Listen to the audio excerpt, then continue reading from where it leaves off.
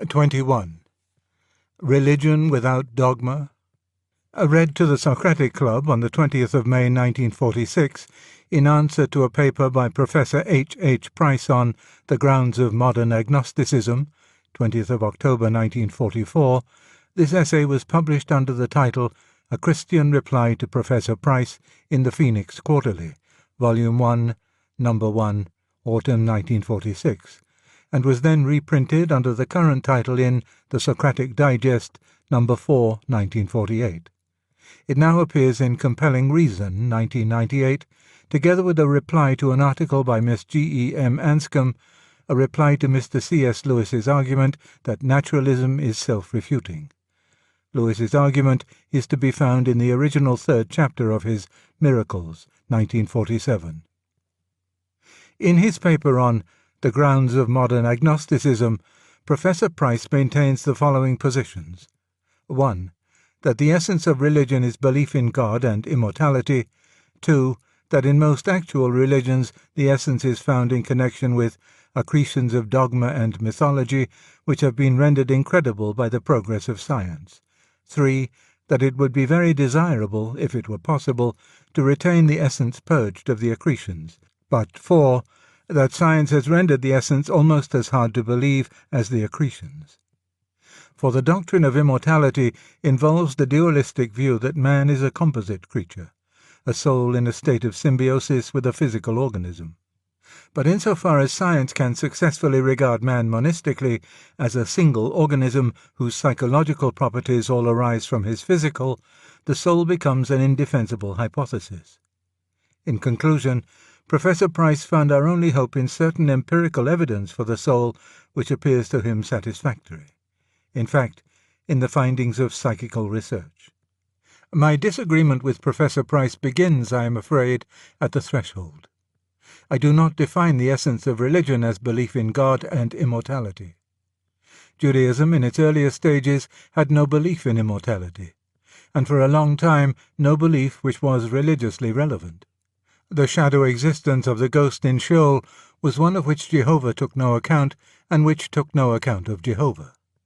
In Sheol all things are forgotten. The religion was centered on the ritual and ethical demands of Jehovah in the present life, and also, of course, on benefits expected from him. These benefits are often merely worldly benefits, grandchildren, and peace upon Israel. But a more specifically religious note is repeatedly struck. The Jew is athirst for the living God. Psalm 42, verse 2. He delights in his laws as in honey or treasure. Psalm 19, verse 10. He is conscious of himself in Jehovah's presence as unclean of lips and heart.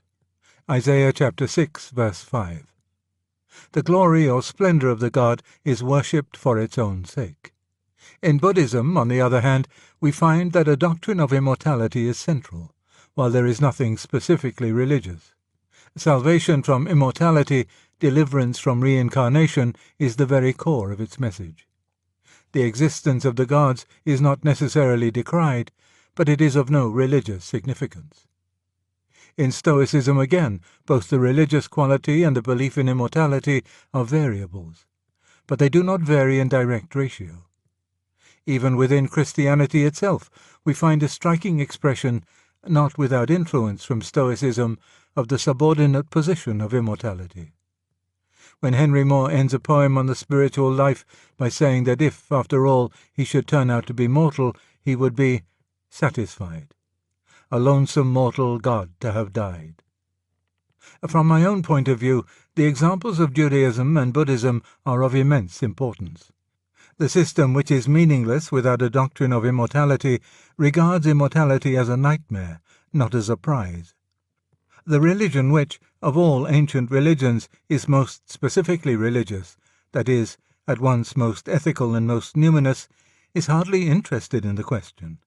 Believing, as I do, that Jehovah is a real being, indeed the ens realissimum, I cannot sufficiently admire the divine tact of thus training the chosen race for centuries in a religion before even hinting the shining secret of eternal life. He behaves like the rich lover in a romance, who woos the maiden on his own merits, disguised as a poor man, and only when he has won her reveals that he has a throne and palace to offer. For I cannot help thinking that any religion which begins with a thirst for immortality is damned as a religion from the outset. Until a certain spiritual level has been reached, the promise of immortality will always operate as a bribe, which vitiates the whole religion and infinitely inflames those very self-regards which religion must cut down and uproot. For the essence of religion, in my view, is the thirst for an end higher than natural ends, the finite self's desire for and acquiescence in and self-rejection in favour of an object wholly good and wholly good for it. That the self-rejection will turn out to be also a self-finding, that bread cast upon the waters will be found after many days, that to die is to live. These are sacred paradoxes of which the human race must not be told too soon. Differing from Professor Price about the essence of religion, I naturally cannot, in a sense, discuss whether the essence as he defines it coexists with accretions of dogma and mythology. But I freely admit that the essence as I define it always coexists with other things, and that some of these other things even I would call mythology. But my list of things mythological would not coincide with his, and our views of mythology itself probably differ. A great many different views on it have, of course, been held. Myths have been accepted as literally true, then as allegorically true by the Stoics, as confused history by Euhemerus, as priestly lies by the philosophers of the Enlightenment, as imitative agricultural ritual mistaken for propositions in the days of Fraser. If you start from a naturalistic philosophy, then something like the view of Euhemerus or the view of Fraser is likely to result. But I am not a naturalist. I believe that in the huge mass of mythology which has come down to us, a good many different sources are mixed. True history, allegory, ritual, the human delight in storytelling, etc. But among these sources I include the supernatural, both diabolical and divine. We need here concern ourselves only with the latter.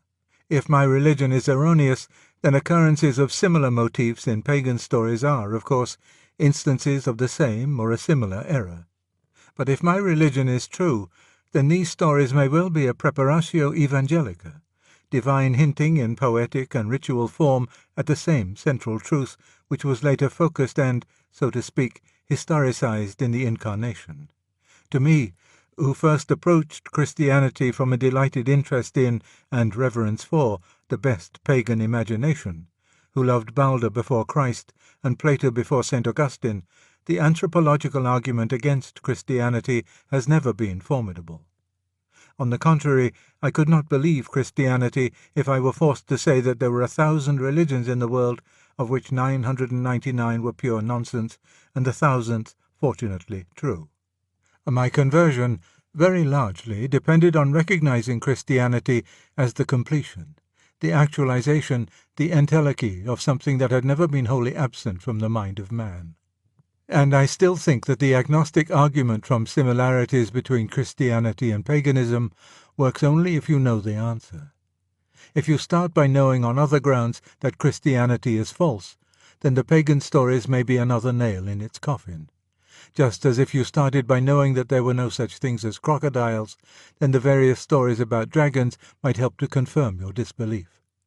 But if the truth or falsehood of Christianity is the very question you are discussing, then the argument from anthropology is surely a petitio. There are, of course, many things in Christianity which I accept as fact and which Professor Price would regard as mythology. In a word, there are miracles. The contention is that science has proved that miracles cannot occur.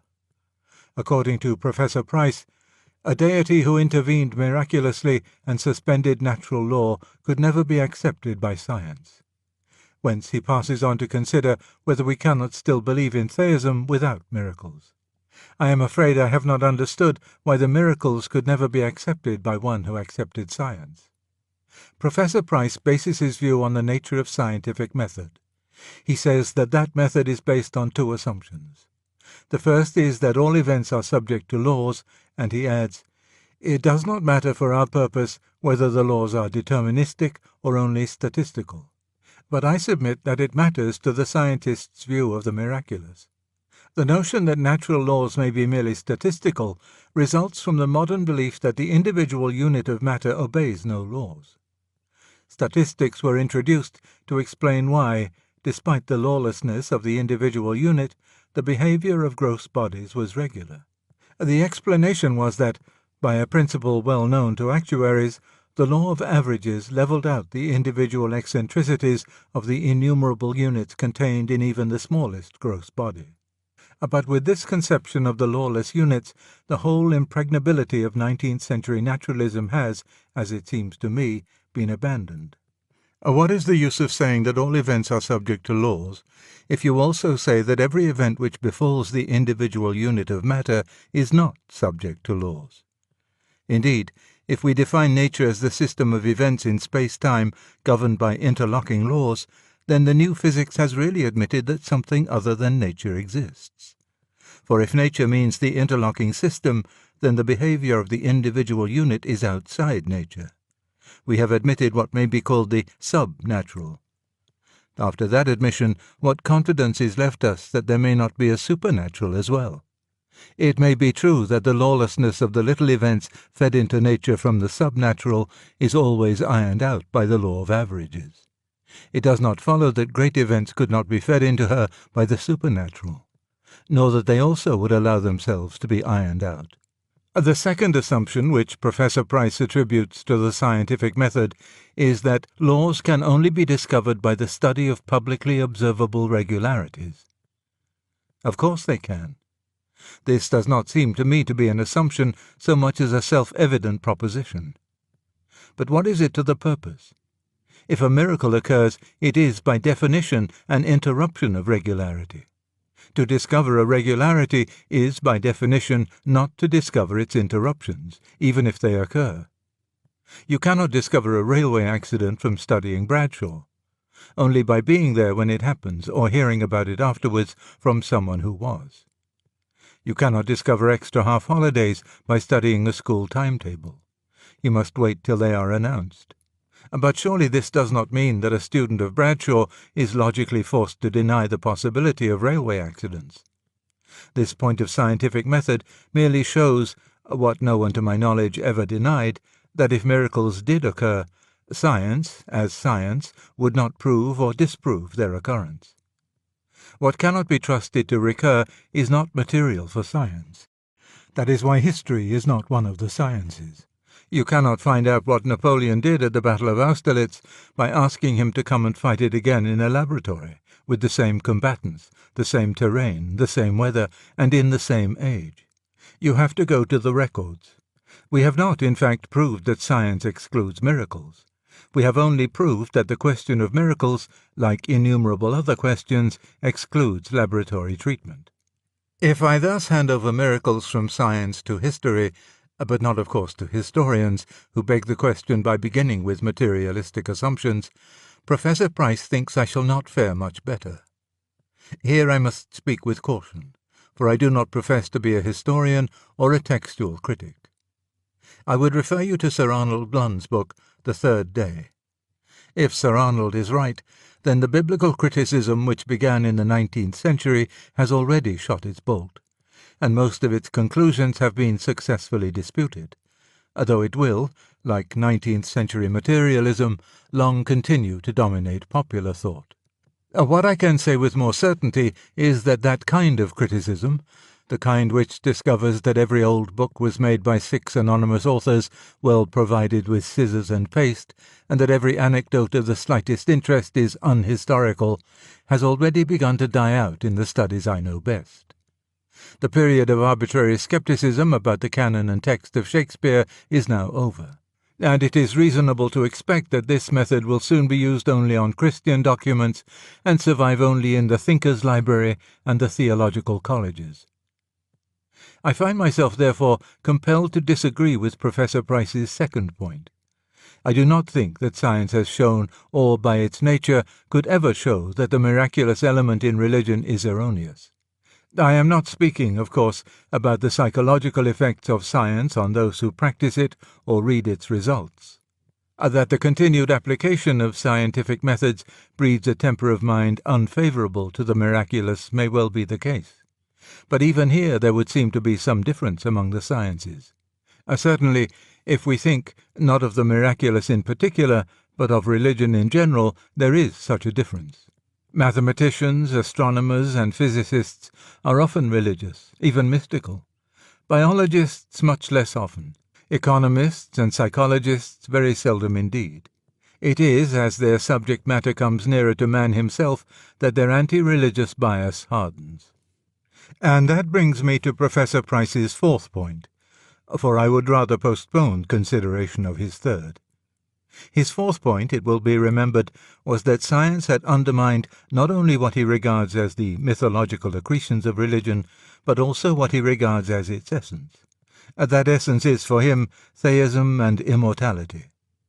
Insofar as natural science can give a satisfactory account of man as a purely biological entity, it excludes the soul and therefore excludes immortality. That, no doubt, is why the scientists who are most, or most nearly, concerned with man himself are the most anti-religious. Now, most assuredly, if naturalism is right, then it is at this point, at the study of man himself, that it wins its final victory and overthrows all our hopes. Not only our hope of immortality, but our hope of finding significance in our lives here and now. On the other hand, if naturalism is wrong, it will be here that it will reveal its fatal philosophical defect, and that is what I think it does. On the fully naturalistic view, all events are determined by laws. Our logical behavior, in other words our thoughts, and our ethical behavior, including our ideals as well as our acts of will, are governed by biochemical laws.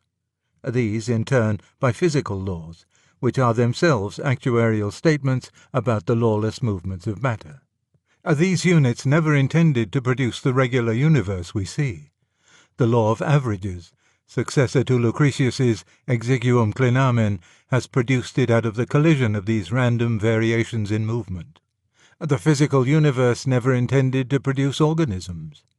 The relevant chemicals on Earth and the sun's heat, thus juxtaposed, gave rise to this disquieting disease of matter, organization. Natural selection, operating on the minute differences between one organism and another, blundered into that sort of phosphorescence or mirage which we call consciousness. And that, in some cortexes beneath some skulls, at certain moments, still in obedience to physical laws, but to physical laws now filtered through laws of a more complicated kind, takes the form we call thought. Such, for instance, is the origin of this paper. Such was the origin of Professor Price's paper. What we should speak of as his thoughts were merely the last link of a causal chain in which all the previous links were irrational. He spoke as he did because the matter of his brain was behaving in a certain way, and the whole history of the universe up to that moment had forced it to behave in that way. What we call his thought was essentially a phenomenon of the same sort as his other secretions, the form which the vast irrational process of nature was bound to take at a particular point of space and time. Of course, it did not feel like that to him or to us while it was going on. He appeared to himself to be studying the nature of things, to be in some way aware of the realities, even supersensuous realities, outside his own head. But if strict naturalism is right, he was deluded. He was merely enjoying the conscious reflection of irrationally determined events in his own head. It appeared to him that his thoughts, as he called them, could have to outer realities that wholly immaterial relation which we call truth or falsehood. Although, in fact, being but the shadow of cerebral events, it is not easy to see that they could have any relations to the outer world except causal relations.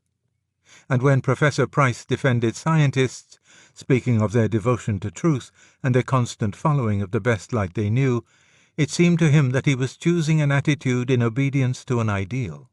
He did not feel that he was merely suffering a reaction determined by ultimately amoral and irrational sources, and no more capable of rightness or wrongness than a hiccup or a sneeze. It would have been impossible for Professor Rice to have written, or us to have read, his paper with the slightest interest if he and we had consciously held the position of strict naturalism throughout. But we can go further. It would be impossible to accept naturalism itself if we really and consistently believed naturalism. For naturalism is a system of thought. But for naturalism, all thoughts are mere events with irrational causes. It is, to me at any rate, impossible to regard the thoughts which make up naturalism in that way and, at the same time, to regard them as a real insight into external reality. Bradley distinguished idea-event from idea-making. But naturalism seems to me committed to regarding ideas simply as events. For meaning is a relation of a wholly new kind, as remote, as mysterious, as opaque to empirical study as soul itself. Perhaps this may be even more simply put in another way. Every particular thought, whether it is a judgment of fact or a judgment of value, is always, and by all men, discounted the moment they believe that it can be explained, without remainder, as the result of irrational causes. Whenever you know what the other man is saying is wholly due to his complexes, or to a bit of bone pressing on his brain, you cease to attach any importance to it. But if naturalism were true, then all thoughts whatever would be wholly the result of irrational causes. Therefore all thoughts would be equally worthless. Therefore naturalism is worthless. If it is true, then we can know no truths.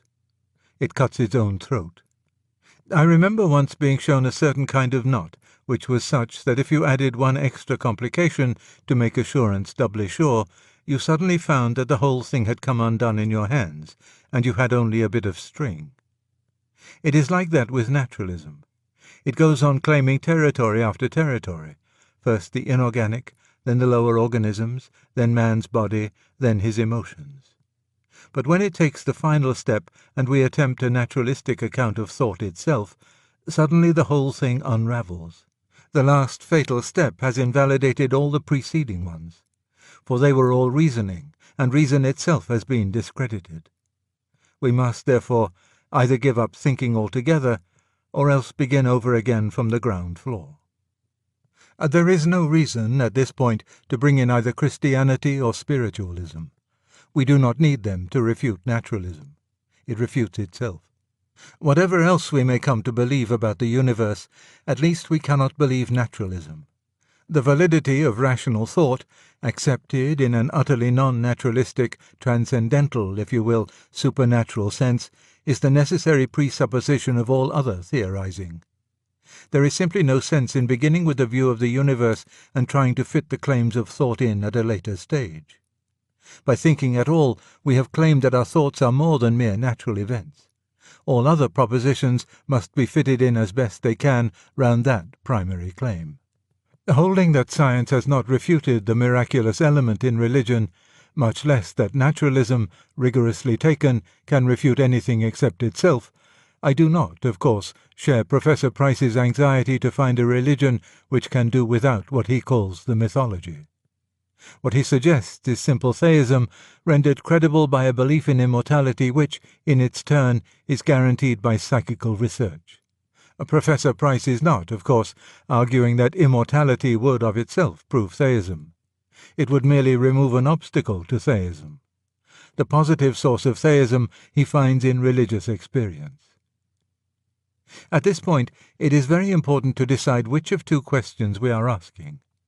We may be asking, 1. Whether this purged minimal religion suggested by Professor Price is capable, as a historical, social, and psychological entity, of giving fresh heart to society, strengthening the moral will, and producing all those other benefits which, it is claimed, the old religions have sometimes produced. On the other hand, we may be asking, 2. Whether this minimal religion will be the true one, that is, whether it contains the only true propositions we can make about ultimate questions. The first question is not a religious question, but a sociological one. The religious mind, as such, like the older sort of scientific mind as such, does not care a rap about socially useful propositions. Both are athirst for reality, for the utterly objective, for that which is what it is. The open mind of the scientist and the emptied and silenced mind of the mystic are both efforts to eliminate what is our own in order that the other may speak. And if, turning aside from the religious attitude, we speak for a moment as mere sociologists, we must admit that history does not encourage us to expect much invigorating power in a minimal religion.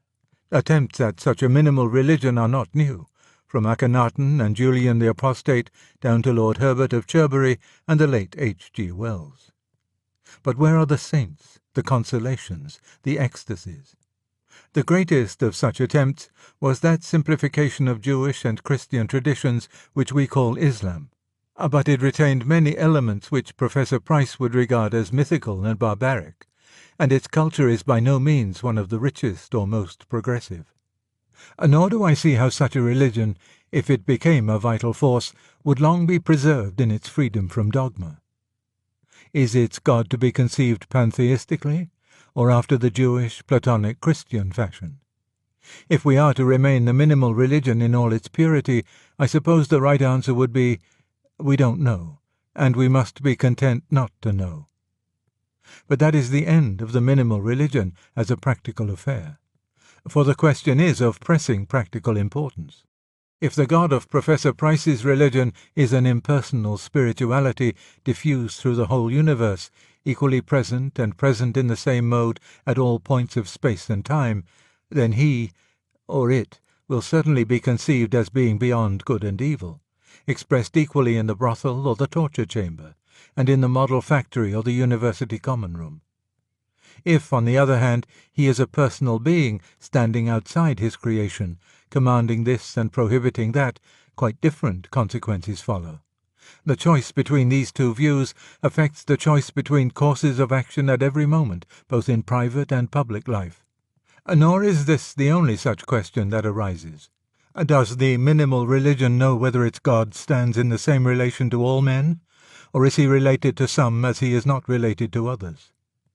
To be true to its undogmatic character, it must again say, don't ask.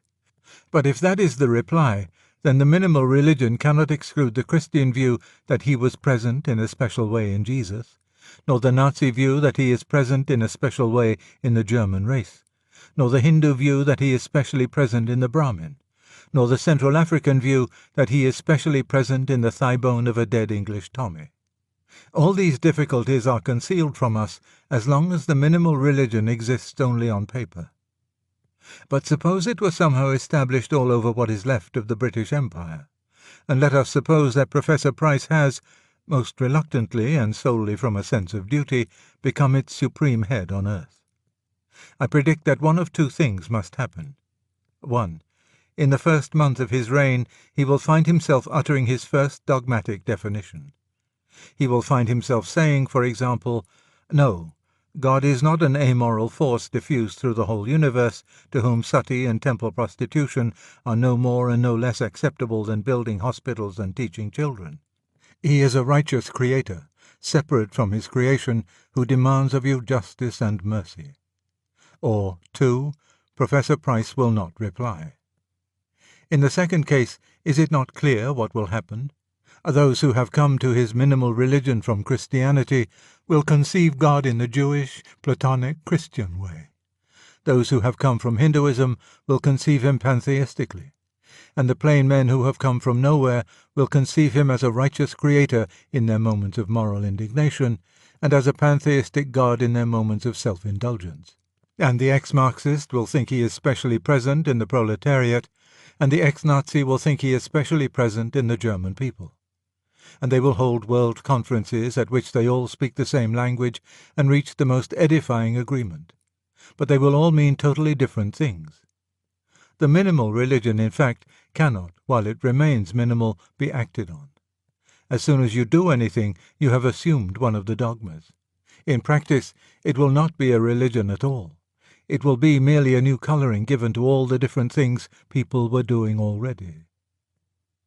I submitted to Professor Price with great respect that when he spoke of mere theism, he was all the time unconsciously assuming a particular conception of God. That is, he was assuming a dogma about God.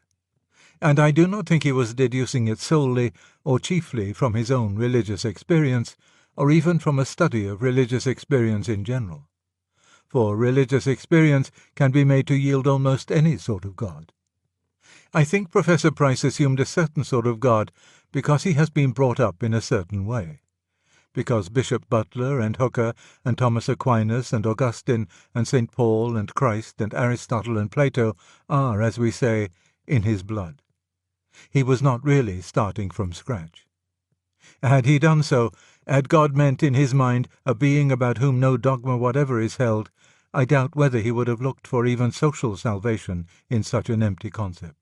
All the strength and value of the minimal religion, for him as for all others who accept it, is derived not from it, but from the tradition which he imports into it. The minimal religion will, in my opinion, leave us all doing what we were doing before. And now it, in itself, will not be an objection from Professor Price's point of view. He was not working for unity, but for some spiritual dynamism to see us through the black night of civilization.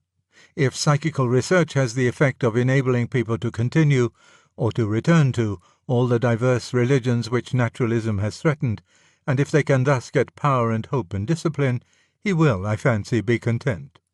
But the trouble is that if this minimal religion leaves Buddhists still Buddhists and Nazis still Nazis, then it will, I believe, leave us, as Western, mechanized, democratic, secularized men, exactly where we were. In what way will a belief in the immortality vouched for by psychical research and in an unknown God restore to us the virtue and energy of our ancestors? It seems to me that both beliefs, unless reinforced by something else, will be to modern man very shadowy and inoperative. If indeed we knew that God were righteous, that he had purposes for us, that he was the leader in a cosmic battle, and that some real issue hung on our conduct in the field, then it would be something to the purpose. Or if, again, the utterances which purport to come from the other world ever had the accent which really suggests another world, ever spoke, as even the inferior actual religions do, with that voice before which our mortal nature trembles with awe or joy, then that also would be to the purpose. But the God of minimal theism remains powerless to excite either fear or love, can be given power to do so only from those traditional resources to which, in Professor Price's conception, science will never permit our return. As for the utterances of the mediums, I do not wish to be offensive, but will even the most convinced spiritualist claim that one sentence from that source has ever taken its place among the golden sayings of mankind, has ever approached, much less equalled, in power to elevate, strengthen, or correct even the second rank of such sayings? Will anyone deny that the vast majority of spirit messages sink pitiably below the best that has been thought and said even in this world? That in most of them we find a banality and provincialism, a paradoxical union of the prim with the enthusiastic, of flatness and gush, which would suggest that the souls of the moderately respectable are in the keeping of Annie Besant and Martin Tupper. I am not arguing from the vulgarity of the messages that their claim to come from the dead is false. If I did, the spiritualist would reply that this quality is due to imperfections in the medium of communication. Let it be so. We are not here discussing the truth of spiritualism, but its power to become the starting point of a religion. And for that purpose I submit that the poverty of its contents disqualifies it. A minimal religion compounded of spirit messages and bare theism has no power to touch any of the deepest chords in our nature, or to evoke any response which will raise us even to a higher secular level, let alone to the spiritual life. The God of whom no dogmas are believed is a mere shadow. He will not produce that fear of the Lord in which wisdom begins, and, therefore, will not produce that love in which it is consummated. The immortality which the messages suggest can produce in mediocre spirits only a vague comfort for our unredeemedly personal hankerings, a shadowy sequel to the story of this world in which all comes right, but right in how pitiable a sense, while the more spiritual will feel that it has added a new horror to death, the horror of mere endless succession, of indefinite imprisonment in that which binds us all, das Gemeine. There is, in this minimal religion, nothing that can convince, convert, or, in the higher sense, console. Nothing, therefore, which can restore vitality to our civilization. It is not costly enough. It can never be a controller, or even a rival to our natural sloth and greed. A flag, a song, an old-school tie is stronger than it. much more the pagan religions. Rather than pin my hopes on it, I would almost listen again to the drumbeat in my blood, for the blood is at least in some sense the life, and join in the song of the Maenads. Happy they whom the demons have befriended, who have entered the divine orgies, making holy their life days, till the dance throbs in their heartbeats while they romp with Dionysus on the mountains. Yes, almost. Almost I'd sooner be a pagan suckled in a creed outworn. Almost, but not, of course, quite. If one is forced to such an alternative, it is perhaps better to starve in a wholly secularized and meaningless universe than to recall the obscenities and cruelties of paganism. They attract because they are a distortion of the truth, and therefore retain some of its flavour. But with this remark I have passed into our second question. I shall not be expected at the end of this paper to begin an apologetic for the truth of Christianity. I will only say something which, in one form or another, I have said perhaps too often already. If there is no God, then we have no interest in the minimal religion or any other. We will not make a lie even to save civilization. But if there is, then it is so probable as to be almost axiomatic that the initiative lies wholly on his side. If he can be known, it will be by self-revelation on his part, not by speculation on ours. We, therefore, look for him where it is claimed that he has revealed himself by miracle, by inspired teachers, by enjoined ritual. The traditions conflict. Yet the longer and more sympathetically we study them, the more we become aware of a common element in many of them. The theme of sacrifice, of mystical communion through the shed blood, of death and rebirth, of redemption, is too clear to escape notice. We are fully entitled to use moral and intellectual criticism. What we are not, in my opinion, entitled to do is simply to abstract the ethical element and set that up as a religion on its own. Rather, in that tradition which is at once more completely ethical and most transcends mere ethics, in which the old themes of the sacrifice and rebirth recur in a form which transcends, though there it no longer revolts our conscience and our reason, we may still most reasonably believe that we have the consummation of all religion, the fullest message from the Holy Other, the living Creator who, if he is at all, must be the God not only of the philosophers, but of mystics and savages, not only of the head and heart, but also of the primitive emotions and the spiritual heights beyond all emotion. We may still reasonably attach ourselves to the Church, to the only concrete organization which has preserved down to this present time the core of all the messages, pagan and perhaps pre-pagan, that have ever come from beyond the world, and begin to practice the only religion which rests not upon some selection of certain supposedly higher elements in our nature, but on the shattering and rebuilding, the death and rebirth of that nature in every part, neither Greek nor Jew nor barbarian, but a new creation. A note: the debate between Lewis and Professor Price did not end here. In the Socratic Digest, No. 4, 1948, there follows a reply to Lewis's Religion Without Dogma by Professor Price, pages 94 to 102. Then, at a meeting of the Socratic Club on the 2nd of February 1948, Miss G.E.M. Anscombe read a paper entitled A Reply to Mr. C.S. Lewis's Argument that Naturalism is Self-Refuting, afterwards published in the same issue of the Digest, pages 7 to 15, as Professor Price's reply. Miss Anscombe criticized the argument found on pages 91 to 94 of the paper printed above, as well as Chapter 3, The Self-Contradiction of the Naturalist, of Lewis's book Miracles, London, 1947.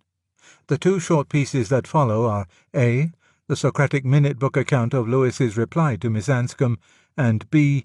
A reply written by Lewis himself, both reprinted from the same issue of the Digest mentioned above, pages 15 to 16.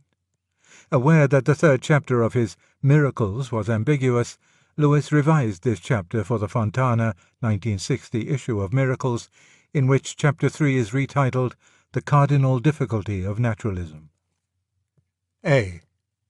In his reply, Mr. C.S. Lewis agreed that the words cause and ground were far from synonymous, but said that the recognition of a ground could be the cause of assent, and that assent was only rational when such was its cause. He denied that such words as recognition and perception could be properly used of a mental act among whose causes the thing perceived or recognized was not one. Miss Anscombe said that Mr. Lewis had misunderstood her, and thus the first part of the discussion was confined to the two speakers, who attempted to clarify their positions and their differences. Miss Anscombe said that Mr. Lewis was still not distinguishing between having reasons and having reasoned in the causal sense. Mr. Lewis understood the speaker to be making a tetrachotomy thus: 1. Logical reasons. 2. Having reasons, i.e. psychological. 3. Historical causes. 4. Scientific causes or observed regularities. The main point in his reply was that an observed regularity was only the symptom of a cause, and not the cause itself, and in reply to an interruption by the secretary, he referred to his notion of cause as magical. An open discussion followed, in which some members tried to show Miss Anscombe that there was a connection between ground and cause, while others contended against the President, Lewis, that the test for the validity of reason could never in any event be such a thing as the state of the bloodstream. The President finally admitted that the word valid was an unfortunate one. From the discussion in general, it appeared that Mr. Lewis would have to turn his argument into a rigorous analytic one, if his notion of validity as the effect of causes were to stand the test of all the questions put to him. B. I admit that valid was a bad word for what I meant. Veridical, or verific, or veriferous would have been better. I also admit that the cause and effect relation between events and the ground and consequent relations between propositions are distinct. Since English uses the word because of both, let us here use because CE for the cause and effect relation. This doll always falls on its feet because CE, its feet are weighted, and because GC for the ground and consequent relation. A equals C because GC, they both equal B. But the sharper this distinction becomes, the more my difficulty increases. If an argument is to be verific, the conclusion must be related to the premises as consequent to ground, i.e., the conclusion is there because GC certain other propositions are true. On the other hand, our thinking the conclusion is an event and must be related to previous events as effect to cause, i.e., this act of thinking must occur because CE previous events have occurred. It would seem, therefore, that we never think the conclusion because GC it is the consequent of its grounds, but only because CE certain previous events have happened. If so, it does not seem that the GC sequence makes us more likely to think the true conclusion than not. And this is very much what I meant by the difficulty in naturalism.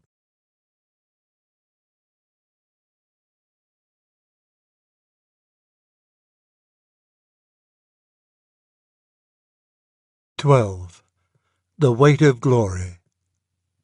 A sermon given in the Church of St. Mary the Virgin, Oxford, and first published in Theology, Volume 43, November 1941. It was reproduced as a pamphlet by SPCK and later appeared in Transposition and Other Addresses, 1949. They asked for a paper, 1962, and then in Screwtape Proposes a Toast, 1998. If you ask 20 good men today what they thought the highest of the virtues, 19 of them would reply unselfishness. But if you had asked almost any of the great Christians of old, he would have replied love. You see what has happened? A negative term has been substituted for a positive, and this is of more than philological importance. The negative idea of unselfishness carries with it the suggestion not primarily of securing good things for others, but of going without them ourselves, as if our abstinence and not their happiness was the important point. I do not think this is the Christian virtue of love. The New Testament has lots to say about self-denial, but not about self-denial as an end in itself. We are told to deny ourselves and to take up our crosses in order that we may follow Christ. And nearly every description of what we shall ultimately find if we do so contains an appeal to desire. If there lurks in most modern minds the notion that to desire our own good, and earnestly to hope for the enjoyment of it, is a bad thing, I submit that this notion has crept in from Kant and the Stoics, and is no part of the Christian faith. Indeed, if we consider the unblushing promises of reward and the staggering nature of the rewards promised in the Gospels, it would seem that our Lord finds our desires not too strong, but too weak. We are half-hearted creatures, fooling about with drink and sex and ambition, when infinite joy is offered us, like an ignorant child who wants to go on making mud pies in a slum, because he cannot imagine what is meant by the offer of a holiday at the sea. We are far too easily pleased. We must not be troubled by unbelievers when they say that this promise of reward makes the Christian life a mercenary affair. There are different kinds of reward. There is the reward which has no natural connection with the things you do to earn it, and is quite foreign to the desires that ought to accompany those things. Money is not the natural reward of love, which is why we call a man mercenary if he marries a woman for the sake of her money. But marriage is the proper reward for a real lover, and he is not mercenary for desiring it. A general who fights well in order to get a peerage is mercenary. A general who fights for victory is not. Victory being the proper reward of battle, as marriage is the proper reward of love. The proper rewards are not simply tacked on to the activity for which they are given, but are the activity itself in consummation. There is also a third case, which is more complicated. An enjoyment of Greek poetry is certainly a proper, and not a mercenary, reward for learning Greek. But only those who have reached the stage of enjoying Greek poetry can tell from their own experience that this is so. The schoolboy beginning Greek grammar cannot look forward to his adult enjoyment of Sophocles as a lover looks forward to marriage, or a general to victory. He has to begin by working for marks, or to escape punishment, or to please his parents, or, at best, in the hope of a future good which he cannot at present imagine or desire. His position, therefore, bears a certain resemblance to that of the mercenary. The reward he is going to get will, in actual fact, be a natural or proper reward, but he will not know that until he has got it. Of course, he gets it gradually. Enjoyment creeps in upon the mere drudgery, and nobody could point to a day or an hour when the one ceased and the other began. But it is just in so far as he approaches the reward that he becomes able to desire it for its own sake. Indeed, the power of so desiring it is itself a preliminary reward. The Christian, in relation to heaven, is in much the same position as this schoolboy. Those who have attained everlasting life in the vision of God doubtless know very well that it is no mere bribe, but the very consummation of their earthly discipleship. But we who have not yet attained it cannot know this in the same way, and cannot even begin to know it at all, except by continuing to obey and finding the first reward of our obedience in our increasing power to desire the ultimate reward. Just in proportion as the desire grows, our fear lest it should be a mercenary desire will die away and finally be recognized as an absurdity. But probably this will not, for most of us, happen in a day. Poetry replaces grammar, gospel replaces law, longing transforms obedience as gradually as the tide lifts a grounded ship. But there is one other important similarity between the schoolboy and ourselves. If he is an imaginative boy, he will, quite probably, be revelling in the English poets and romances suitable to his age some time before he begins to suspect that Greek grammar is going to lead him to more and more enjoyments of the same sort. He may even be neglecting his Greek to read Shelley and Swinburne in secret. In other words, the desire which Greek is really going to gratify already exists in him, and is attached to the objects which seem to him quite unconnected with Xenophon and the verbs in me. Now, if we are made for heaven, the desire for our proper place will be already in us, but not yet attached to the true object, and will even appear as the rival of that object. And this, I think, is just what we find. No doubt there is one point in which my analogy of the schoolboy breaks down. The English poetry which he reads when he ought to be doing Greek exercises may be just as good as the Greek poetry to which the exercises are leading him. So that in fixing on Milton instead of journeying on to Aeschylus, his desire is not embracing a false object. But our case is very different. If a trans-temporal, transfinite good is our real destiny, then any other good on which our desire fixes must be in some degree fallacious, must bear at least only a symbolical relation to what will truly satisfy. In speaking of this desire for our own far-off country, which we find in ourselves even now, I feel a certain shyness. I am almost committing an indecency. I am trying to rip open the inconsolable secret in each one of you, the secret which hurts so much that you take your revenge on it by calling it names like nostalgia and romanticism and adolescence, the secret also which pierces with such sweetness that when, in very intimate conversation, the mention of it becomes imminent, we grow awkward and affect to laugh at ourselves. The secret we cannot hide and cannot tell, though we desire to do both. We cannot tell it because it is a desire for something that has never actually appeared in our experience. We cannot hide it because our experience is constantly suggesting it, and we betray ourselves like lovers at the mention of a name. Our commonest expedient is to call it beauty, and behave as if that had settled the matter. Wordsworth's expedient was to identify it with certain moments in his own past. But all this is a cheat. If Wordsworth had gone back to those moments in the past, he would not have found the thing itself, but only the reminder of it. What he remembered would turn out to be itself a remembering.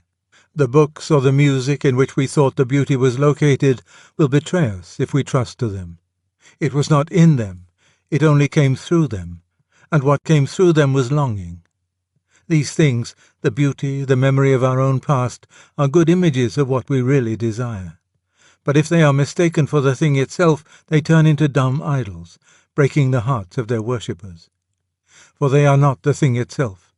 They are only the scent of a flower we have not found, the echo of a tune we have not heard, news from a country we have never yet visited. Do you think I am trying to weave a spell? Perhaps I am. But remember your fairy tales. Spells are used for breaking enchantments as well as for inducing them. And you and I have need of the strongest spell that can be found to wake us from the evil enchantment of worldliness, which has been laid upon us for nearly 100 years. Almost our whole education has been directed to silencing this shy, persistent inner voice. Almost all our modern philosophies have been devised to convince us that the good of man is to be found on this earth. And yet it is a remarkable thing that such philosophies of progress or creative evolution themselves bear reluctant witness to the truth that our real goal is elsewhere. When they want to convince you that earth is your home, notice how they set about it. They begin by trying to persuade you that earth can be made into heaven, thus giving a sop to your sense of exile in earth as it is. And next, they tell you that this fortunate event is still a good way off in the future, thus giving a sop to your knowledge that the fatherland is not here and now. Finally, lest your longing for the trans-temporal should awake and spoil the whole affair, they use any rhetoric that comes to hand to keep out of your mind the recollection that, even if all the happiness they promised could come to man on earth, yet still each generation would lose it by death, including the last generation of all. And the whole story would be nothing, not even a story, for ever and ever. Hence all the nonsense that Mr. Shaw puts into the final speech of Lilith, and Bergson's remark that the élan vital is capable of surmounting all obstacles, perhaps even death, as if we could believe that any social or biological development on this planet will delay the senility of the sun, or reverse the second law of thermodynamics. Do what they will, then, we remain conscious of a desire which no natural happiness will satisfy. But is there any reason to suppose that reality offers any satisfaction to it? Nor does the being hungry prove that we have bread. But I think it may be urged that this misses the point. A man's physical hunger does not prove that that man will get any bread. He may die of starvation on a raft in the Atlantic. But surely a man's hunger does prove that he comes of a race which repairs its body by eating, and inhabits a world where eatable substances exist. In the same way, though I do not believe, I wish I did, that my desire for paradise proves that I shall enjoy it, I think it a pretty good indication that such a thing exists, and that some men will. A man may love a woman and not win her. But it would be very odd if the phenomenon called falling in love occurred in a sexless world. Here, then, is the desire, still wandering and uncertain of its object, and still largely unable to see that object in the direction where it really lies.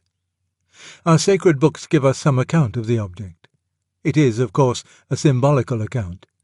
Heaven is, by definition, outside our experience. But all intelligible descriptions must be of things within our experience. The scriptural picture of heaven is therefore just as symbolical as the picture which our desire, unaided, invents for itself. Heaven is not really full of jewelry, any more than it is really the beauty of nature, or a fine piece of music. The difference is that the scriptural imagery has authority. It comes to us from writers who were closer to God than we, and it has stood the test of Christian experience down the centuries. The natural appeal of this authoritative imagery is, to me, at first, very small. At first sight it chills, rather than awakes, my desire. And that is just what I ought to expect. If Christianity could tell me no more of the far-off land than my own temperament led me to surmise already, then Christianity would be no higher than myself. If it has more to give me, I must expect it to be less immediately attractive than my own stuff. Sophocles at first seems dull and cold to the boy who has only reached Shelley. If our religion is something objective, then we must never avert our eyes from those elements in it which seem puzzling or repellent.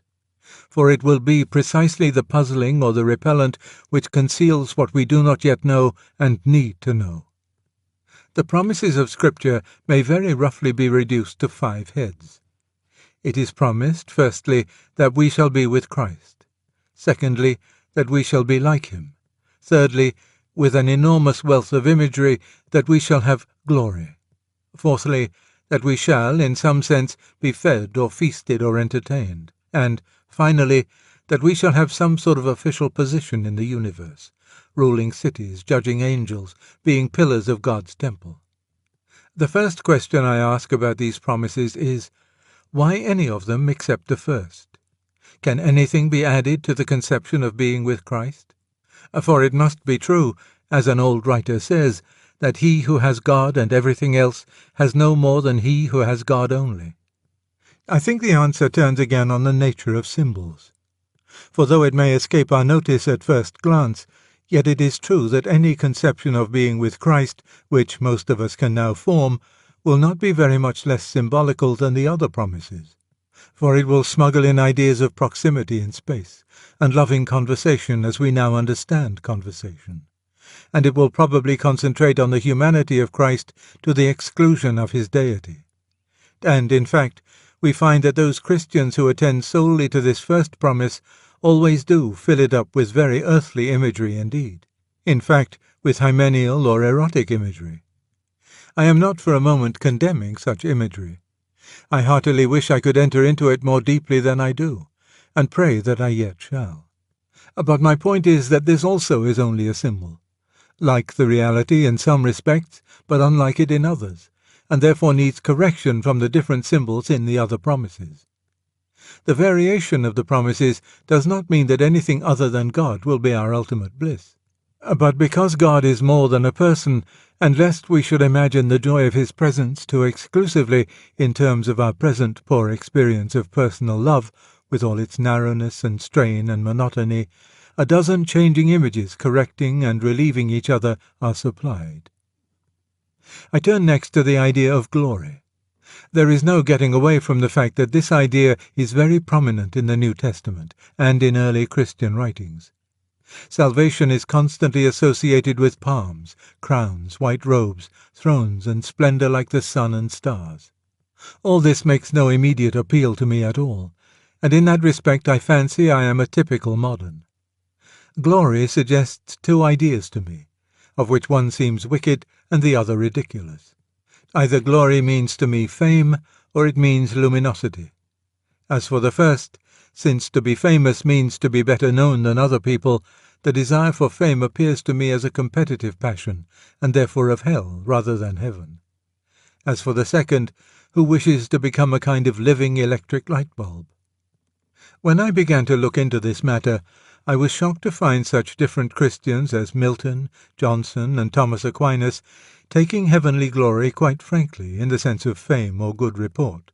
But not fame conferred by our fellow creatures, fame with God, approval or, I might say, appreciation by God. And then, when I had thought it over, I saw that this view was scriptural. Nothing can eliminate from the parable the divine accolade, "Well done, thou good and faithful servant." With that, a good deal of what I had been thinking all my life fell down like a house of cards. I suddenly remembered that no one can enter heaven except as a child. And nothing is so obvious in a child, not in a conceited child, but in a good child, as its great and undisguised pleasure in being praised. And not only in a child either, but even in a dog or a horse. Apparently, what I had mistaken for humility had, all these years, prevented me from understanding what is, in fact, the humblest, the most childlike, the most creaturely of pleasures. Nay, the specific pleasure of the inferior. The pleasure of a beast before men, a child before its father, a pupil before his teacher, a creature before its creator. I am not forgetting how horribly this most innocent desire is parodied in our human ambitions, or how very quickly, in my own experience, the lawful pleasure of praise from those whom it was my duty to please turns into the deadly poison of self-admiration. But I thought I could detect a moment, a very, very short moment, before this happened, during which the satisfaction of having pleased those whom I rightly loved and rightly feared was pure. And that is enough to raise our thoughts to what may happen when the redeemed soul, beyond all hope and nearly beyond belief, learns at last that she has pleased him whom she was created to please. There will be no room for vanity then. She will be free from the miserable illusion that it is her doing. With no taint of what we should now call self-approval, she will most innocently rejoice in the thing that God has made her to be. And the moment which heals her old inferiority complex forever will also drown her pride deeper than Prospero's book. Perfect humility dispenses with modesty. If God is satisfied with the work may be satisfied with itself. It is not for her to bandy compliments with her sovereign. I can imagine someone saying that he dislikes my idea of heaven as a place where we are patted on the back. But proud misunderstanding is behind that dislike. In the end, that face which is the delight or the terror of the universe must be turned upon each of us, either with one expression or with the other, either conferring glory inexpressible or inflicting shame that can never be cured or disguised. I read in a periodical the other day that the fundamental thing is how we think of God. By God himself it is not. How God thinks of us is not only more important, but infinitely more important. Indeed, how we think of him is of no importance, except in so far as it is related to how he thinks of us. It is written that we shall stand before him, shall appear, shall be inspected. The promise of glory is the promise, almost incredible and only possible by the work of Christ, that some of us, that any of us who really chooses, shall actually survive that examination, shall find approval, shall please God. To please God, to be a real ingredient in the divine happiness, to be loved by God, not merely pitied, but delighted in as an artist delights in his work, or a father in a son. It seems impossible, a weight or burden of glory which our thoughts can hardly sustain. But so it is. And now notice what is happening. If I had rejected the authoritative and scriptural image of glory, and stuck obstinately to the vague desire which was, at the outset, my only pointer to heaven, I could have seen no connection at all between that desire and the Christian promise. But now, having followed up what seemed puzzling and repellent in the sacred books, I find, to my great surprise, looking back, that the connection is perfectly clear. A glory, as Christianity teaches me to hope for it, turns out to satisfy my original desire, and indeed to reveal an element in that desire which I had not noticed. By ceasing for a moment to consider my own wants, I have begun to learn better what I really wanted. When I attempted, a few minutes ago, to describe our spiritual longings, I was omitting one of their most curious characteristics. We usually notice it just as the moment of vision dies away, as the music ends, or as the landscape loses the celestial light.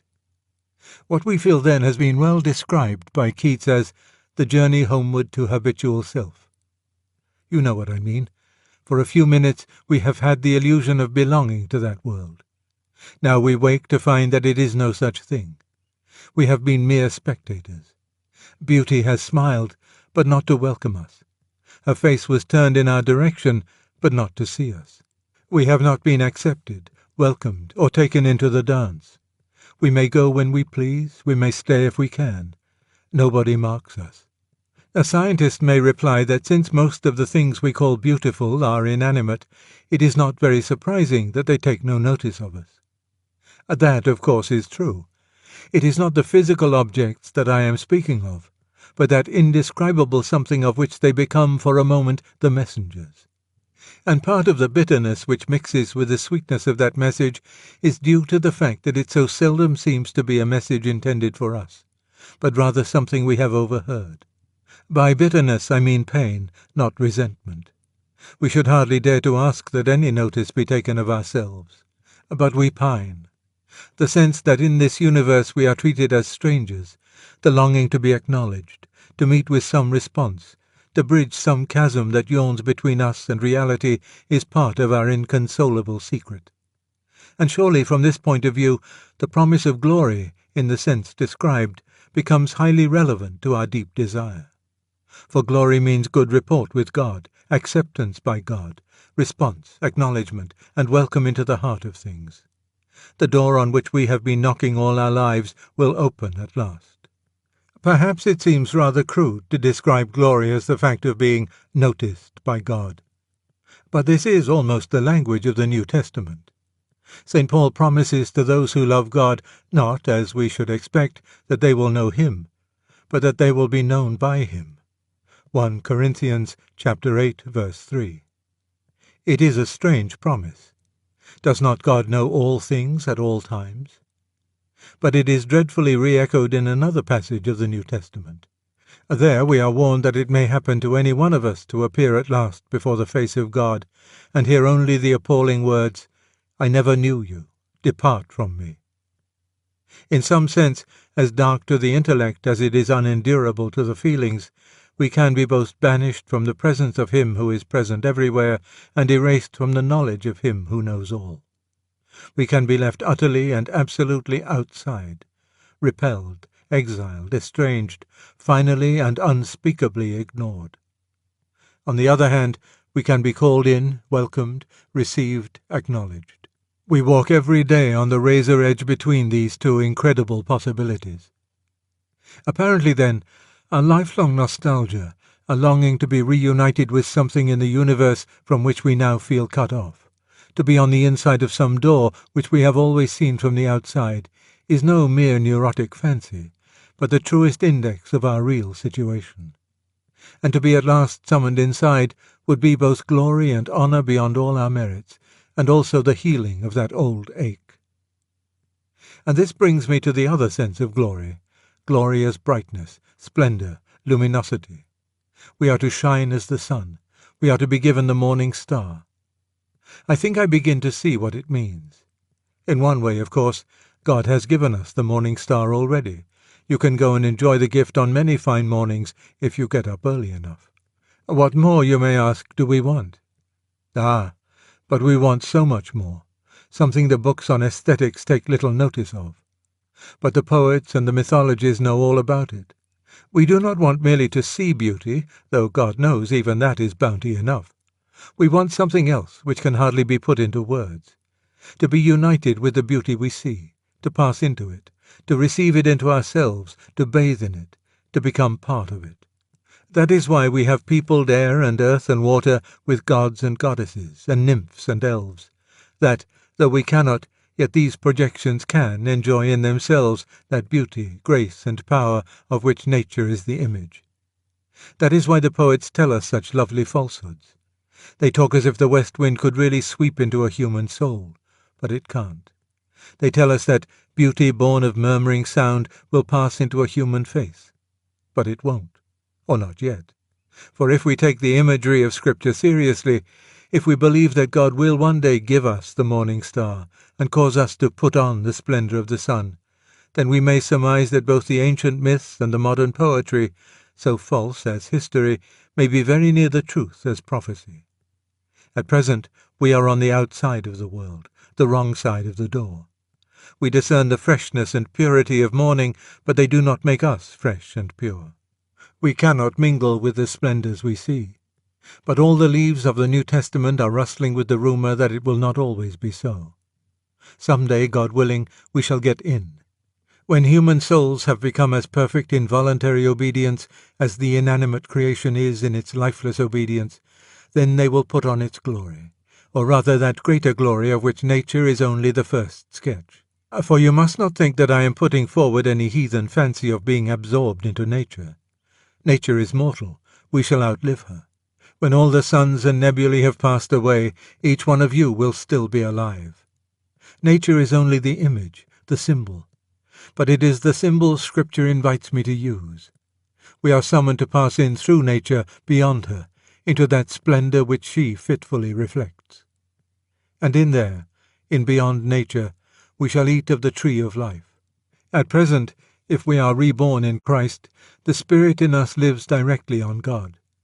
But the mind, and still more the body, receives life from him at 1,000 removes, through our ancestors, through our food, through the elements. The faint, far-off results of those energies which God's creative rapture implanted in matter when he made the worlds are what we now call physical pleasures. And even thus filtered, they are too much for our present management.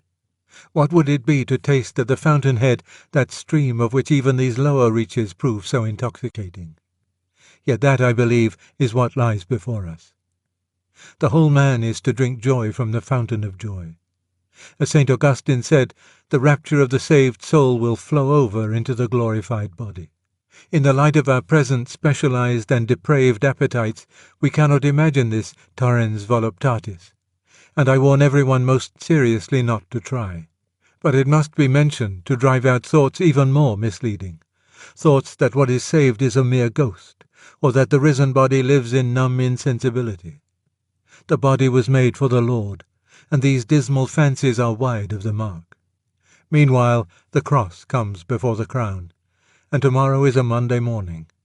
A cleft has opened in the pitiless walls of the world, and we are invited to follow our great captain inside. The following him is, of course, the essential point. That being so, it may be asked what practical use there is in the speculations which I have been indulging. I can think of at least one such use. It may be possible for each to think too much of his own potential glory hereafter. It is hardly possible for him to think too often or too deeply about that of his neighbour. The load or weight or burden of my neighbour's glory should be laid daily on my back, a load so heavy that only humility can carry it, and the backs of the proud will be broken. It is a serious thing to live in a society of possible gods and goddesses, to remember that the dullest and most uninteresting person you can talk to may one day be a creature which, if you saw it now, you would be strongly tempted to worship, or else a horror and a corruption such as you now meet, if at all, only in a nightmare. All day long we are, in some degree, helping each other to one or other of these destinations. It is in the light of these overwhelming possibilities, it is with the awe and the circumspection proper to them, that we should conduct all our dealings with one another, all friendships, all loves, all play, all politics. There are no ordinary people. You have never talked to a mere mortal. Nations, cultures, arts, civilizations, these are mortal, and their life is to ours as the life of a gnat. But it is immortals whom we joke with, work with, marry, snub, and exploit. Immortal horrors or everlasting splendours. This does not mean that we are to be perpetually solemn. We must play. But our merriment must be of that kind, and it is, in fact, the merriest kind, which exists between people who have, from the outset, taken each other seriously. No flippancy, no superiority, no presumption. And our charity must be a real and costly love, with deep feeling for the sins in spite of which we love the sinner. No mere tolerance or indulgence which parodies love as flippancy parodies merriment. Next to the Blessed Sacrament itself, your neighbour is the holiest object presented to your senses. If he is your Christian neighbour, he is holy in almost the same way, for in him Christ vere latitat, the glorifier and the glorified, glory himself, is truly hidden.